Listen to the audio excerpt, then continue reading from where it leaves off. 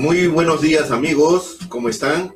Empezamos el programa del día de hoy, viernes 13, un fatídico número, el viernes 13 de julio del año del Señor 2018. Esta es la carátula del libro de mi amigo, ¿sí? Mi amigo, a quien conocí muchos años atrás, cuando ya se encontraba en el retiro, sí, del glorioso ejército del Perú. Me refiero a Evaristo Castillo Aste. El libro se llama La conjura de los corruptos. El mayor del ejército del Perú en situación de retiro del arma de infantería nació en Loreto, Iquitos, Perú, y se crió en el Callao, ¿sí? Un callauino, un chalaco por adopción. Como oficial del ejército realizó estudios de guerra política en Taiwán, entre otros cursos militares. Es egresado de la Sociedad de Estudios Internacionales, la SEI, de Madrid, España, con la tesis Narcotráfico y Drogas. Ha sido candidato al premio Bartolomé de las Casas de la Casa de América de Madrid y al premio de Derechos Humanos Juan Brunet de la Universidad de Navarra de España. Entre los años del año 1991 a 1992, se desempeñó en el Departamento de Operaciones del Frente Guayaga, gran unidad militar responsable de la lucha contra el narcotráfico y la subversión en el Valle del Guayaga.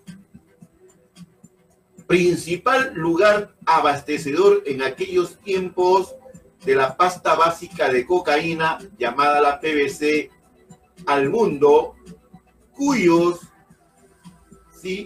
transportistas eran en su mayoría de nacionalidad colombiana, porque en esos tiempos no se refinaba la PVC o pasta básica de cocaína en el Perú para convertirla en cocaína de alta pureza, sino que los colombianos hacían viajes furtivos o clandestinos entre la frontera de Perú y Colombia para abastecerse en estas zonas de alto, o de alta producción de este producto derivado de la coca. El libro La conjura de los corruptos consta de 3 tomos, siendo el primero relacionado con el narcotráfico. ¿Por qué hablo del narcotráfico? Porque en los años 80, desde ya en el segundo periodo del arquitecto Fernando Belaúnde Terry, comenzó este cáncer que ha ido paulatinamente apoderándose de las conciencias de muchos hombres y mujeres, peruanos ellos, corrompiéndolos hasta su más alta expresión.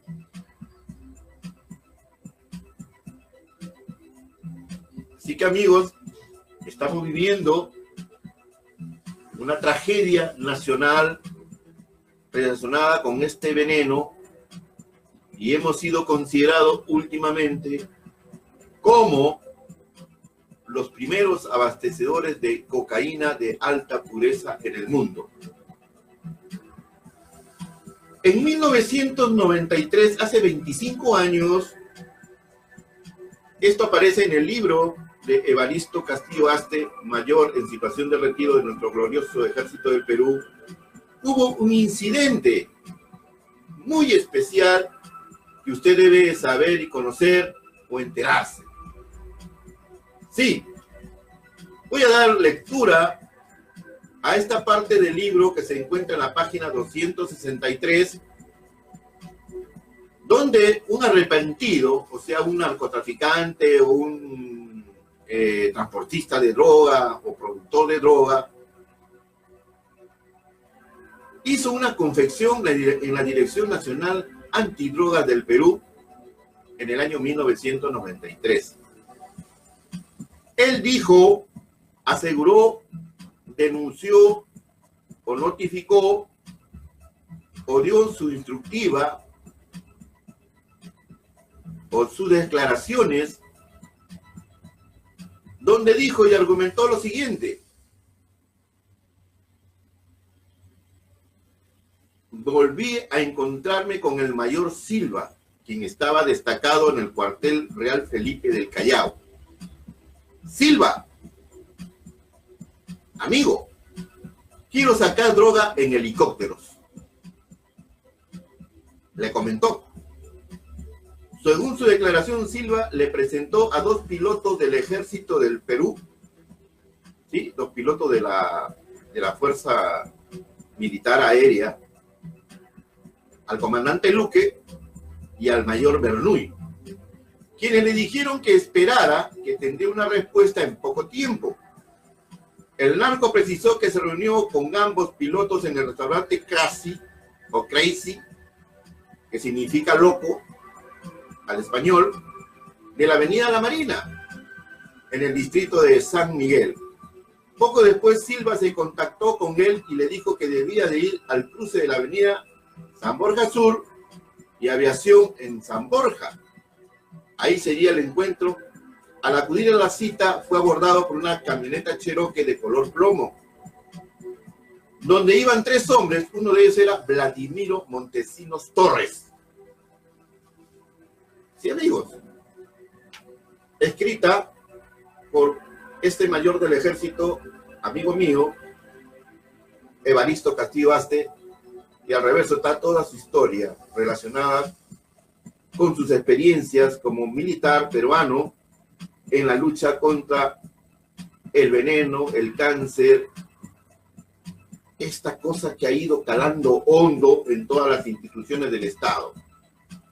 Digo y comento esto porque ¿cómo es posible que en el celular de un narcotraficante de alto vuelo pueda existir, pueda encontrarse el teléfono de un presidente de la Corte Suprema del Perú? Este señor que últimamente ha sido muy cuestionado y que ahora lo premian en vez de desaforarlo, sacarlo. Dice que lo tiene que sacar el Congreso, que lo tiene que sacar, votar el Consejo Nacional de la Magistratura, donde él tiene sus lazos comunicantes. Pero vayamos a la historia de Evaristo Castillo Aste, este mayor del Ejército del Perú. Bueno, afirmó que el asesor le dijo que el negocio se haría de la siguiente manera, o sea, él ponía las pautas. $80,000 por cada narcovuelo o narcoavión, o sea, por cada sacada de vuelo, ¿no?, de estas pistas clandestinas que aún existen. Y esto sucedió hace 25 años, hace un cuarto de siglo en el Perú, y que hasta ahora no se puede combatir a estos narcotraficantes que no superarán una mayoría de 200 o 300 hombres ubicados en el Valle del Río Apurima, el N y el Mantaro, llamado la zona del Brain. Pero sigamos con la historia. Montesinos le sugirió que cada narcovuelo tendría que pagarse $80,000, ¿sí?, y $200,000 por viaje desde Tarapoto hasta un lugar conocido como La Media o el 18, en el trapecio amazónico ubicado entre los límites de Perú, Brasil y Colombia. Sí, allá arriba, en estos 3 puntos donde se encuentran ubicados estos 3 países, Perú, Brasil y Colombia, a quien tuve yo hace años la oportunidad de viajar para indagar y sacar información, qué es lo que hacían pues los narcotraficantes con mi trabajo de periodismo de investigación en aquellos tiempos. 1993, donde me perdí casi más de un año haciendo mi labor muy sutil y que mi familia se enteraba dónde paraba y dónde estaba para evitar algunas consecuencias si es que se daba algún desenlace fatal. Montesinos le indicó que la forma de pago era el 50% antes del despacho y el resto se cancelaba después que se dejara la carga final. El dinero era entregado al comandante Luque y al mayor Silva, precisa el informe de la Dirección Nacional Antidrogas. Asimismo, Montesinos le advirtió que conocía a toda su familia y que si hacía algo chueco, algo malo, ¿sí?, algún soplo, alguna divulgación en contra de él, que se atenga a las consecuencias porque iba a matar hasta el perro de la casa. Amenaza de Vladimiro Montesinos Torres. De acuerdo a la misma versión, el dinero provenía de la mafia. Sigo todavía con el problema de este bendito trance de salud que he tenido en este último mes. El dinero provenía de la mafia del Cholo Claudio y se hicieron 3 vuelos con un promedio de 2 toneladas de pasta básica de cocaína en cada uno. En el primer viaje, el helicóptero del Ejército del Perú, el MI-17, llevó la droga desde Monzón hasta Palmapampa, en Ayacucho. Los narcos desembolsaron $60.000. El segundo vuelo fue de Bellavista a Palmapampa y costó $80.000, mientras que el tercer viaje fue de Bellavista a la 18, es decir, hasta la línea de frontera entre Perú, Colombia y Brasil, y el pago de ese narcovuelo internacional fue de $200.000. En su testimonio, el narcotraficante arrepentido dijo que los helicópteros salían de Lima con un plan de vuelo ficticio que incluía el paso de las aeronaves por la base militar de San Francisco en Ayacucho. Ya por esos tiempos, hace 25 años atrás, ya el valle del río Apurima y del Ene y del Mantaro ya confluían grupos dedicados a la fabricación, a la producción de la PVC o pasta básica de cocaína. Bueno,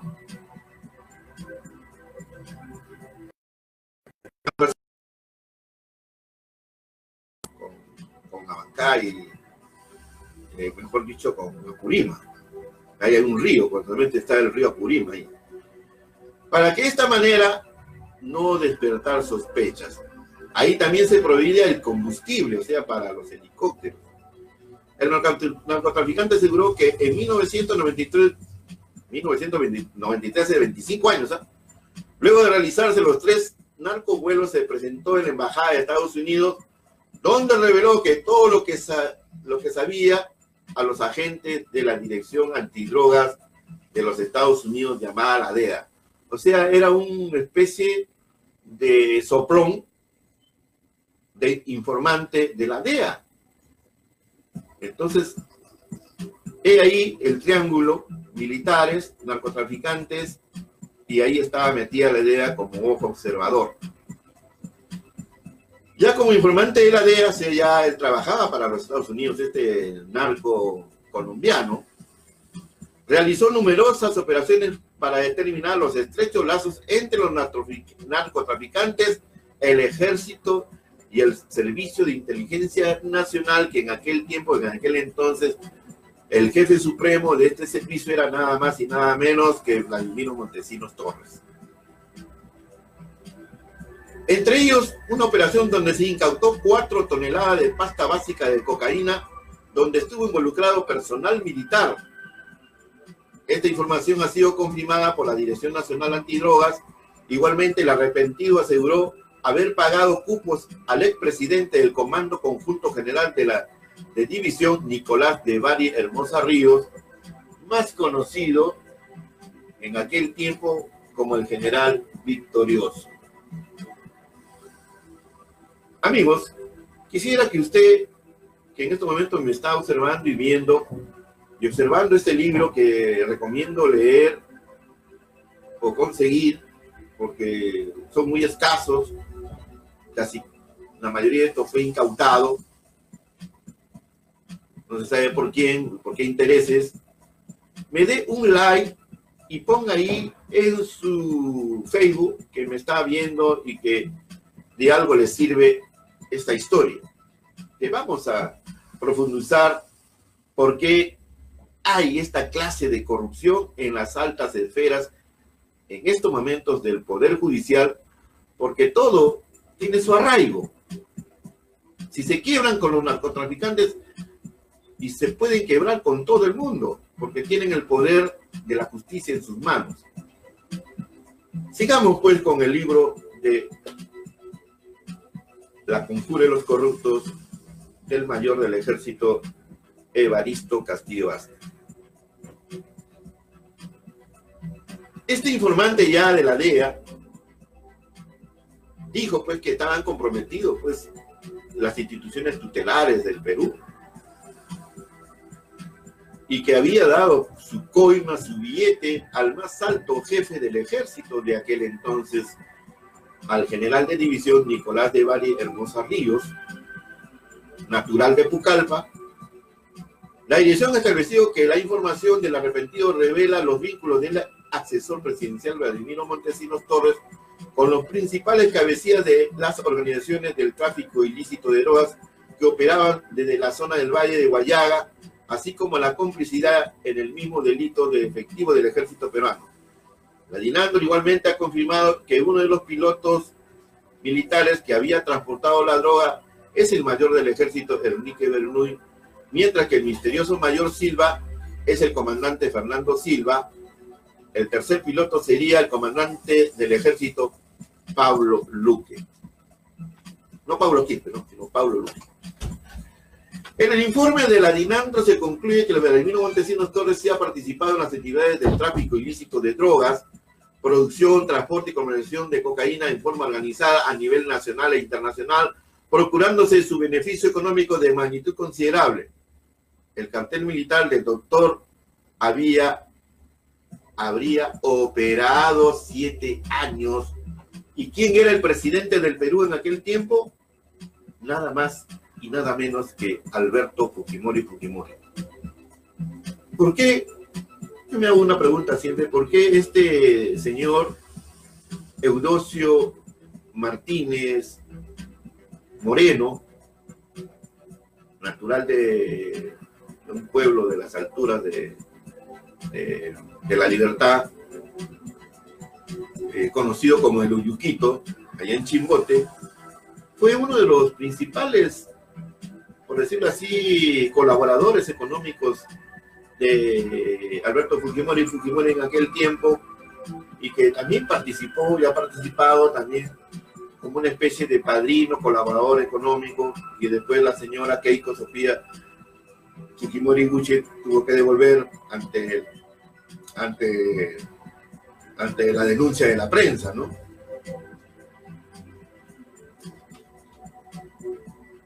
Una vez alguien me preguntó y me dijo lo siguiente: amigo, esa profesión de periodista, qué fea es, ¿no? Tirar dedo, hablar, denunciar, y a veces tapar algunas cosas sucias, chuecas de los corruptos. Sí, de esos periodistas hay muchos, de esos mermeleros, de esos vendedores de turrón, o los turroneros, como también le llamamos, y que andan en buenos carros, les compran departamentos, les compran carros, viven bien, se divierten bien. Bueno, es su vida, será su destino. Pero los periodistas tenemos la oportunidad de meter preso a los jueces, meter preso a los presidentes, meter presos a los abogados corruptos, aquellos sinvergüenzas que toman la profesión del derecho en el derecho para hacer de las suyas, como lo hizo Vladimiro Montesinos Torres. No hay que olvidar que Vladimiro Montesinos Torres, después de haber sido expulsado del ejército, dice, porque todo el expediente, todos los archivos se perdieron, dícese que estudió en la Universidad Nacional de San Marcos, en la Facultad de Derecho, donde nadie lo vio, nadie supo de él, pero se graduó de abogado. Amigos, estamos recordando esto porque el tráfico de drogas a nivel internacional y sobre todo en el Callao, donde hay unos jueces que se hacen de la vista gorda y solamente capturan a los pececillos y a los tiburones y a los peces grandes, casi nunca, ¿no? Estamos pues hablando del cáncer que destruye paulatinamente a nuestro país y que compra jueces, fiscales, compra de todo, hasta presidentes, como en el caso de esta historia, ¿no? Militares también, generales, comandantes, el tráfico ilícito de drogas o lo que se dedican al narcotráfico a nivel mundial. Amigo y amiga, usted tiene que saber, enterarse, quiénes son los beneficiarios, en este caso de los alcaldes. ¿Qué hay detrás de todo esto y por qué muchos de ellos tienen esta codicia y esta avaricia, esta ambición de seguir siendo alcaldes? No digo que estén involucrados en el TIC o tráfico ilícito de drogas, pero sí hay empresarios que hicieron su fama y fortuna con este negocio y con el tiempo han ido lavando, sí, lavando bien en buenas lavadoras su dinero y ahora son, dícese, empresarios de éxito. Un poquito de agüita para mojar las cuerdas vocales que las tengo un poco dañadas. Enfoquémonos en esta parte de la historia contada por un hombre leal a su uniforme, admirador de Francisco Bolognesi, admirador de los militares, honrado y honesto que existen en nuestro Perú y que tienen el honor de llevar ese uniforme del Ejército del Perú y que muchos de ellos mueren a veces olvidados o no son tomados en cuenta en esas cúpulas o grupos de poder o focus group donde el narcotráfico ha ido calando hondo, como entró en forma abiertamente, sí, abiertamente inmoral en las instituciones del Estado. ¿Y por qué no puede entrar al Poder Judicial, al Ministerio Público?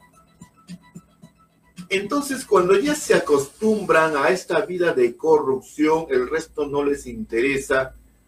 Y este señor, que no quiero decir ni su nombre ni su apellido, este presidente de esta Corte Suprema, que no tiene ningún desparpajo, porque es un psicópata, ¿sí?, disfrazado de abogado, que por ende, así como es arriba, es abajo. Por eso que los de abajo también tienen que hacer de las suyas, porque ven que el de arriba hace de las suyas. Y todo se corrompe, se autodestruye, se va pues, digo y repito, en esta situación que va generando náuseas, y que muchos hablan y dicen y comentan con esta situación de la corrupción en el Perú, y que antes estuvieron involucrados, directa o indirectamente, con esta enfermedad cancerosa que va mermando paulatinamente a las instituciones del Estado. Estamos hablando de un libro que seguramente usted ni se le ocurrió que existe, y escrita por un militar honesto, un militar peruano, y que fue amenazado de muerte en muchas oportunidades. A fin de preservar su existencia y su contenido, al regreso del autor desde su exilio político en España, porque tuvo que irse a España para salvar la vida, porque hizo estas denuncias y que por eso fue sacado de cuajo del Ejército del Perú, se remitió a un original al jefe del Estado español, por si acaso, dijo, ¿no?, al rey Juan Carlos I de España, quien mediante comunicación escrita le agradeció tal gesto. Las denuncias contenidas en este libro fueron realizadas por el autor en diversas ocasiones, estando en el ejército. En 1992, al interior de su institución militar, en 1993, a la Organización Pro Derechos Humanos, en 1994, ante la opinión pública total, en este caso a todo el mundo, en el año 2000 en la Audiencia Nacional de Madrid, España, y en el año 2001 ante la Fiscalía Especializada Antidrogas del Perú. Amigos y amigas, esto pasó en nuestro país. Y cómo las altas esferas del poder tuvieron esos lazos comunicantes, vasos comunicantes con carteles de la droga, que han venido y están viniendo también, actualmente vienen hasta de México. México, que solamente era un punto de entrega para llevar la droga a los Estados Unidos en aquellos tiempos, me refiero al año hace 25 años atrás. Después tenemos la otra historia que también los va a conmover a ustedes, los va a sorprender a ustedes, amigos. Esta es la historia número 13, porque está debidamente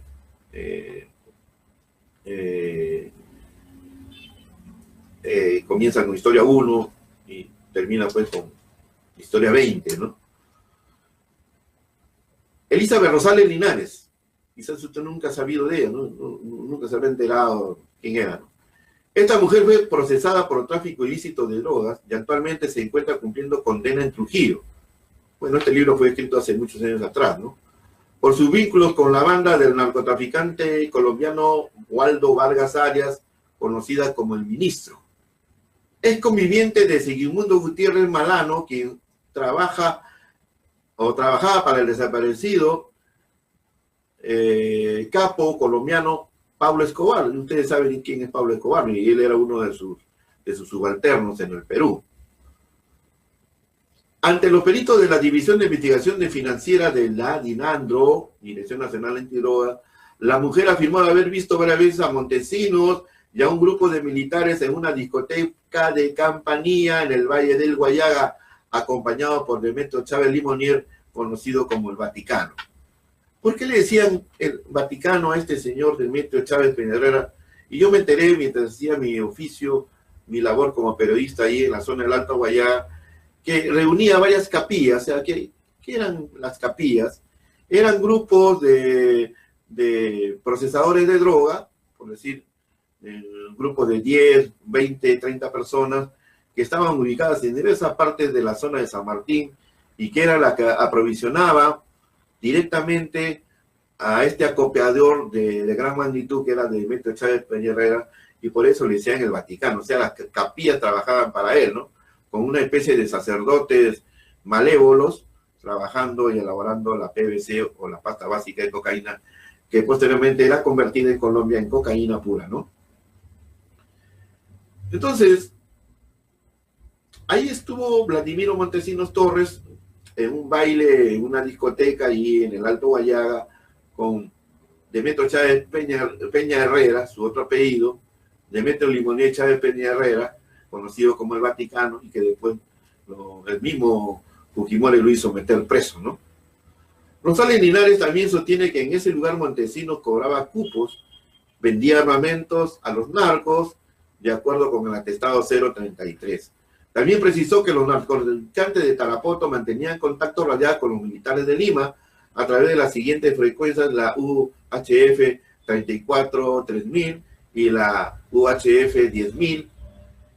El mismo sistema de comunicación dijo que se daba entre el ejército y los carteles colombianos de Medellín, Santa Marta y Cali, ciudades ubicadas en Colombia, pero mediante la comunicación radial codificada en baja frecuencia, o sea, la LOW, L-O-W. Incluso la mujer afirmó que el ministro, o sea, este narcotraficante colombiano, con autorización de Montesinos alquilaba a un comandante del ejército conocido como Juanjuy como Claudio, un helicóptero militar que transportaba drogas desde Campanilla hasta la zona del Putumayo. El Putumayo queda en frontera, ¿sí? Es un río navegable, queda en frontera entre Perú y Colombia, o sea, hasta ahí se trasladaban. Por cada vuelo el ministro pagaba $250,000, $250,000. ¿Y cuánto le tocaría al piloto o en este caso también a Montesinos y a sus secuaces? Los helicópteros del ejército también eran contratados por la firma de Tío Ríos, los Supere, Peregrino, López Paredes, Cachique Rivera, Luis Pineda Benjura. Luis Pineda Benjura es un colombiano conocido como Trompa de Buque, y allá en su tierra en Colombia se dedica a vender esmeraldas. Sí, estuvo en el Perú, lo metieron preso, y Montesinos casualmente hizo sus contactos con estos jueces corruptos, con estos fiscales corruptos que se vendían en aquel tiempo al mejor postor, y así hacían sus tratos malévolos y sacaban pues a los narcotraficantes de alto vuelo o alto nivel para liberarlos y después hacerle el acompañamiento y ponerlos pues a buen recaudo en sus fronteras de origen, ¿no? Arnulfo Zamora, Melgarejo, Pachamé, relató esta señora dedicada al narcotráfico en una de las celdas en Trujillo. La señora Rosales Linares también se ratificó en sus denuncias e informó que el doctor Montesinos operaba con el empresario pesquero.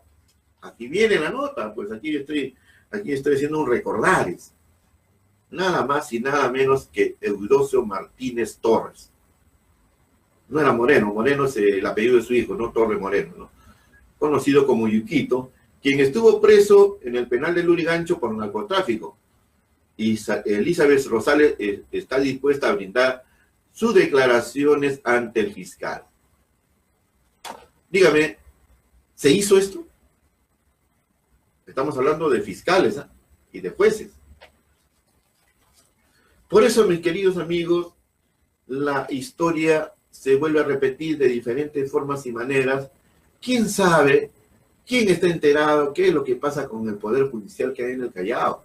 El Callao es considerado uno de los puntos o focos de alto trasiego o transporte de droga preñados en estos containers que ahora el terminal marítimo del Callao ya no pertenece a los peruanos, es una concesión entregada a una empresa de origen extranjero, y muchos de estos propietarios, muchos de estos socios de estas empresas son de origen sureño, no de sur de Arequipa, no, sino son sureños de Chile, y que son pues lo que han copado de una u otra forma todos estos puntos importantes como el Aeropuerto Internacional Jorge Chávez, que está concesionado también a empresas extranjeras como diversos aeropuertos que hay en el Perú.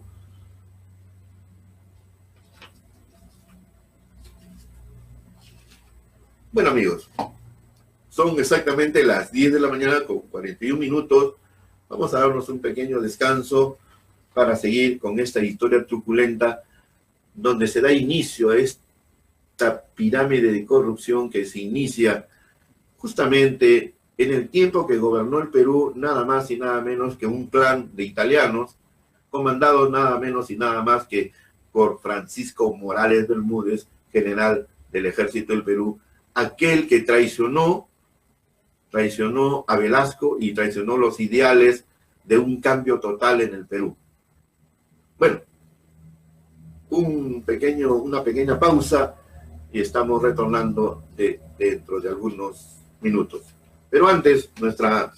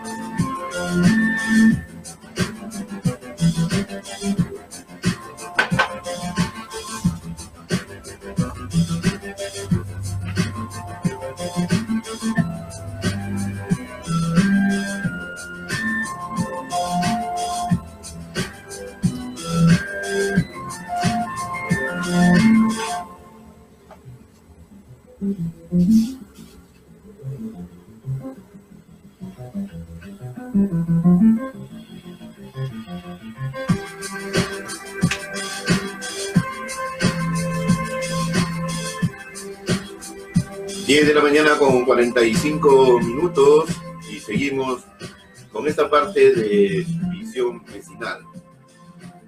Amigos y amigas, seguimos con este libro que espero que puedan conseguirlo. Se llama La conjura de los corruptos, tomo número 1, narcotráfico, de mi amigo Evaristo Castillo Aste, mayor del Ejército de Perú en situación de retiro del arma de infantería, a quien tuve la oportunidad de conocer ya en el tiempo que retornó al Perú. Me refiero en 1997, justamente en el tiempo que yo también retorné de Costa Rica, de la ciudad capital de San José, donde hacía pues mis estudios y también laboraba de una u otra forma.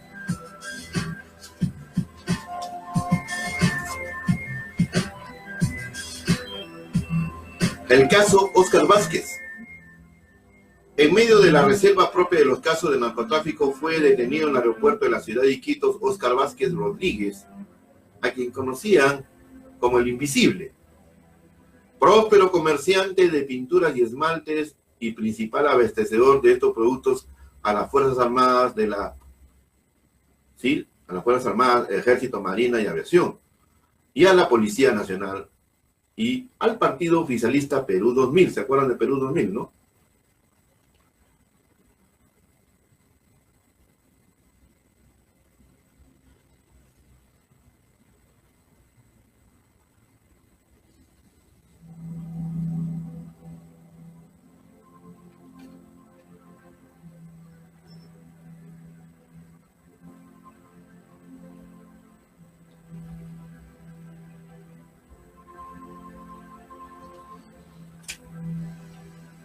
Sí, en aquel tiempo este señor era abastecedor, pues, de este grupo político liderado pues, por Alberto Fujimori. Por las amistades que mantenía con miembros de estas instituciones. Al principio se creía que su detención era un problema de la homonimia, pero tras constatar sus huellas digitales se confirmó que el comerciante propietario de varios edificios y amigo personal de personajes influyentes tenía una orden de búsqueda y captura en el ámbito nacional desde el año de 1990 por tráfico ilícito de drogas.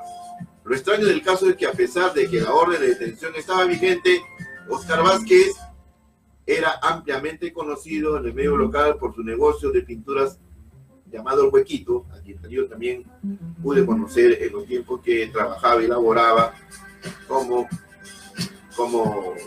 periodista en la zona de la ciudad de Iquitos. Ubicado en la cuadra 8 de la avenida Arica.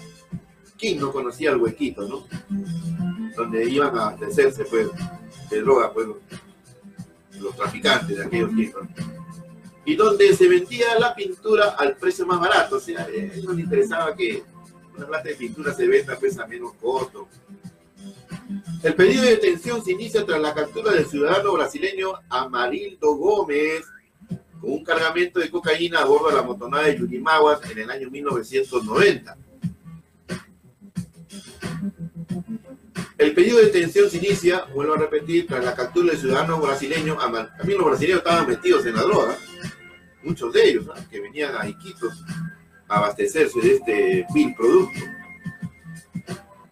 Durante las investigaciones se indicó a Vázquez como el propietario de la droga. La gran interrogante es cómo durante este tiempo los policías no lo detuvieron, pese a tener en contra una orden de captura.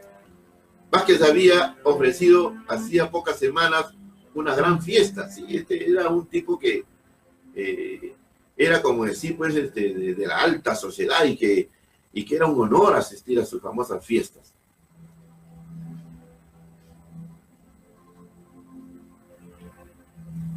Y también incluía una parrillada, pues, ¿no?, con extensas sábanas de carne. En el lugar donde proyectaba la construcción de un gran hotel de 4 estrellas, ubicado en la avenida Guardia Civil, allá en Iquitos, frente a la vía militar. ¿quién no conoce la vía militar, no? A esta reunión acudieron altos oficiales de las Fuerzas Armadas y de la Policía Nacional, así como políticos de renombre. Sí.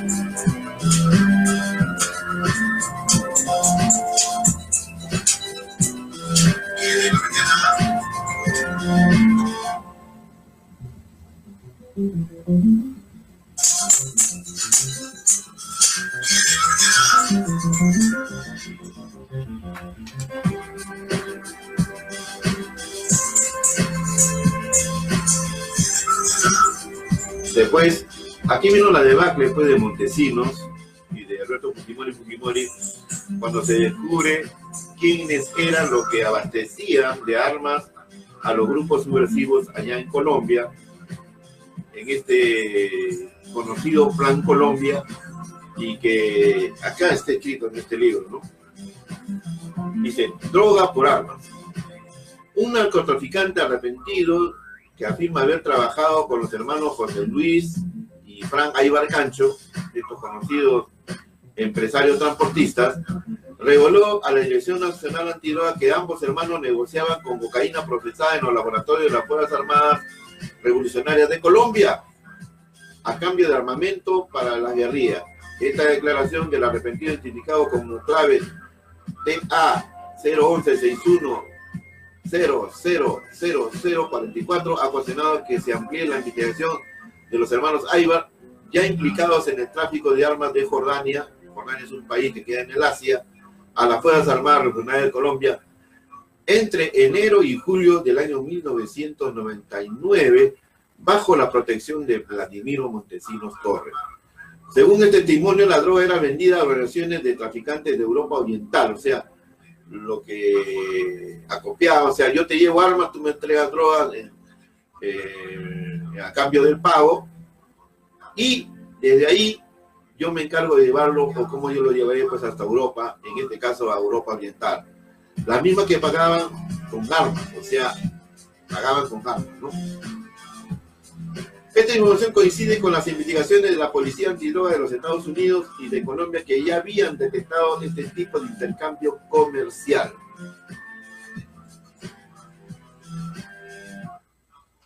Según este testimonio, la droga era vendida a organizaciones de narcotraficantes de la Europa Oriental, entre ellos Ucrania. Este es un país donde se construyen los aviones Antonov, y también ahí se fabrican las famosas Kalashnikov, las famosas AKM. El arrepentido detalla haber participado desde 1991 en la elaboración de cocaína, que luego era remitida hasta Inglaterra. Señala que incluso que las coordinaciones se realizaban desde su oficina ubicada en el centro de la ciudad de Lima. Para eso usaban el sistema radial, ya que estaba instalada en una radio Yaesu en su oficina. Además, relata que luego había proporcionado esta información a la DEA. La forma de trabajo de esta organización es la siguiente: la droga se acopiaba en Lima o en la costa del país, se embarcaba en los barcos rusos que se encontraban de pesca desde las 200 millas. Debido a la gran demanda que tenían, Luis Aybar se trasladaba a Barrancominas, que era en Colombia, en donde encontraban con sus socios otro peruano de nombre Iván. En ese lugar se encontraban los laboratorios de las Fuerzas Armadas Revolucionarias de Colombia. De ahí llevaban la droga en avioneta hacia las costas de Surimán, donde eran arrojadas en bultos al mar para ser recogidos por pesqueros rusos. Dice este narcotraficante: yo trabajé en esto hasta 15 días antes que Vladimiro Montesinos efectuara un mensaje público con el presidente Fujimori el 21 de agosto de ese año, dando a conocer que ellos habían descubierto el tráfico de armas. Gran mentira, gran embuste al Perú, cuando en realidad era él quien dirigía las operaciones, y para encubrirse, para taparse, pues había escogido los Aybar Cancho como una especie de escudo y decirles o señalarles que ellos eran los principales abastecedores de armas por droga. José Aybar era el encargado del movimiento del dinero y las operaciones logísticas. y el contacto directo con Montesinos, que viajaba a Jordania para realizar el movimiento de dinero y coordinar el cambio de la droga por armas, agrega el arrepentido narcotraficante. Este nuevo testimonio refuerza las sospechas sobre la relación que existiría entre los hermanos Aníbal Cancho, Montesinos y la FARC en el negocio que realizaron con los 10.000 fusiles AKM-47 comprados en Jordania y entregados a las guerrillas colombianas. En base a esta situación, los Estados Unidos le quitó todo tipo de protección, todo tipo de apoyo, directo o indirecto, a el presidente Alberto Fujimori, y que fue una de las piezas fundamentales de su caída del sistema dictatorial que tenía en aquel entonces como presidente en el Perú, y su socio y su adjunto era nada más y nada menos que Vladimiro Montesinos Torres. Está escrito este libro, y aquí en este libro va a encontrar y se va a sorprender la cantidad de familias peruanas metidas en este asunto, con nombres y apellidos. Sí, hasta ciudadanos de origen boliviano, panameño. Amigos y amigas, es importante que ustedes se enteren cómo se inicia la corrupción en el Perú, cómo se compran a los jueces, a los fiscales, y después no les interesa nada de soltar a un robacelulares, aunque caiga un sencillo, pero no es para ellos, sino para la gente de su entorno, que labora que labora y colabora con ellos, ¿no? Por eso es la mugre, la suciedad que se está encontrando en estos poderes del Estado, que prácticamente iniciaron su vida delincuencial en estas formas y aspectos de comprarles su conciencia o conciencia. Me refiero nuevamente y repito que por qué un narcotraficante de alto vuelo pueda tener el teléfono personal de un presidente de la Corte Suprema. ¿Qué nace? ¿Alguien se lo habrá dado? ¿No? Pregunto. Amigos y amigas, es triste conocer esto, es lamentable conocer esto, pero es necesario conocerlo. Y usted pregúntese, ¿qué clase de autoridades municipales también tenemos? ¿Por qué? Porque la corrupción sigue latente, campante. ¿Qué interés de gobernar año tras año siendo alcaldes? O sea, ¿no tienen ellos otro tipo de profesión? ¿Dedicarse a lo que antes eran, antes de convertirse en autoridades locales? Por eso yo vuelvo a repetir, amigos y amigas, hay que buscar en esta gama de candidatos que se están presentando, sí, que se están presentando a lo que es estas elecciones venideras. Ahora se llaman gobernadores regionales, antes era presidente de región, ahora le dicen gobernadores, que se ha cambiado de nombre para que no se haya una similitud con el presidente del Perú. Y los llamados alcaldes provinciales, distritales, o también de